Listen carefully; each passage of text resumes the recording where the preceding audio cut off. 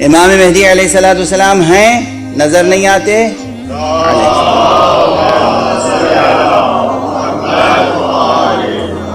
اور ان کی ولایت نافذ بظاہر نظر نہیں آتی۔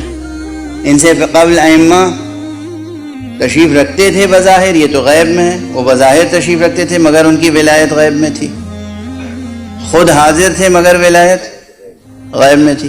امیر المومنین سر چشمہ ولایت، جہاں سے ولایت کا آغاز ہوا، تشریف فرما تھے مگر ولایت ان کی بظاہر نافذ نظر نہیں آتی تھی۔ سبب کیا تھا؟ دوسرے مفکرین، محققین، باحثین، ریسرچرز جو کچھ بھی پڑھیں، لکھیں، سمجھیں، سمجھائیں اپنی جگہ، جناب بی بی فاطمہ زہرا سلام اللہ علیہا نے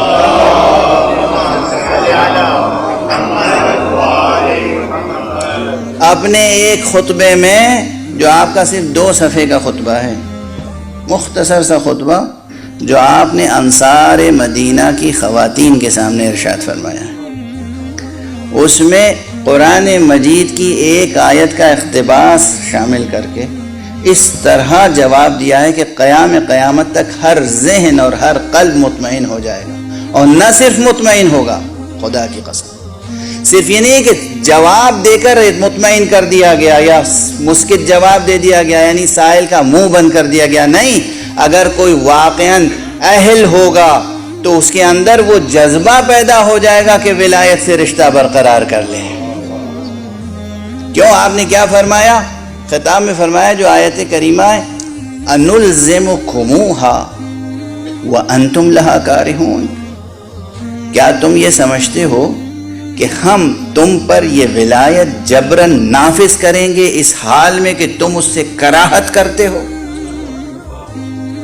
یعنی تم ناپسند کر رہے ہو اور ہم نافذ کریں گے؟ ولایت وہ شے نہیں ہے کہ جو کسی ناپسند کرنے والے پہ نافذ کی جائے یا جبراً نافذ کی جائے۔ جبراً جو چیز نافذ کی جاتی ہے وہ طاغوتیت ہوتی ہے، محبت اور لطف سے جو نافذ ہو اسے ولایت کہتے ہیں۔ اور اس لیے چاہے وہ زمانے امیر المومنین علی ابن ابی طالب علیہ الصلوۃ والسلام،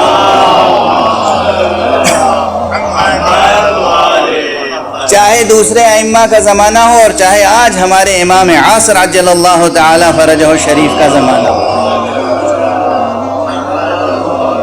اگر یہ آیت سمجھ میں آ جائے اور یہ خطاب زہرا سمجھ میں آ جائے تو نہ صرف یہ کہ جواب مل جاتا ہے بلکہ اپنی ذات کا جائزہ لینے پہ انسان مجبور ہوتا ہے کہ کہیں ہمارے اندر دل میں، دماغ میں کہیں ایک سوئی کی نوک کے برابر بھی کہیں ایسا تو نہیں ہے کہ امر ولایت سے کراہت پیدا ہو رہی ہو، کہیں کسی امر مولا سے ناپسندیدگی پیدا ہو رہی ہو، جو رشتہ قطع ہو چکا ہے۔ اگر ہم ہمتاً پورے وجود کے ساتھ، اپنے پورے ظاہر و باطن کے ساتھ مشتاق ولایت ہو جائیں تو آج بھی ولی مطلق سرفراز کرتے ہیں، زیارت بھی نصیب ہوتی ہے، ملاقات بھی نصیب ہوتی ہے، سوالات کے جوابات بھی ملتے ہیں۔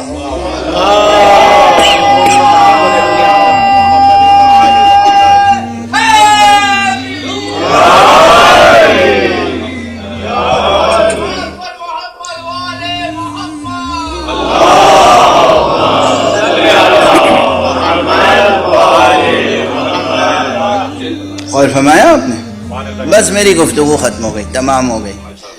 یہ اتنا بڑا مسئلہ بی بی نے کس طرح حل کیا؟ کس نے حل کیا؟ بی بی فاطمہ زہرا سلام اللہ۔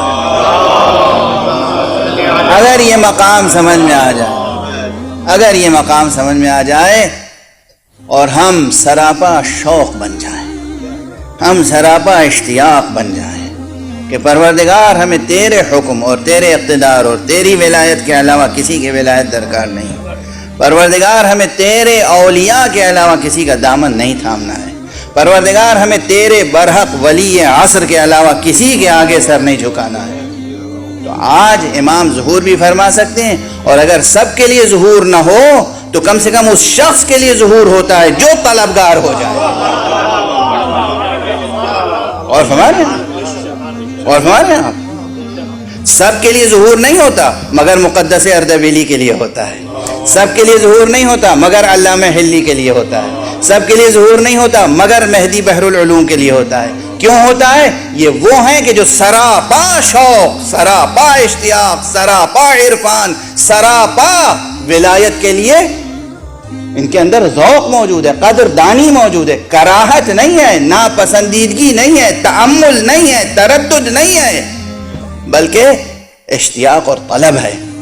تو اگر بی بی کا یہ خطبہ اور اس کا صرف یہ آخری فقرہ ہمارے آپ کے ذہنوں میں رہ جائے تو ہم دعا کرتے ہیں انشاءاللہ پروردگار ہم سب کو توفیق عطا فرما کہ ہم تیرے احکام، تیرے اقتدار اور تیری ولایت کو قبول کر سکیں اپنے پورے وجود کے ساتھ، اپنے ذہن کے ساتھ، اپنے قلب کے ساتھ، اپنے پورے ظاہر و باطن کے ساتھ.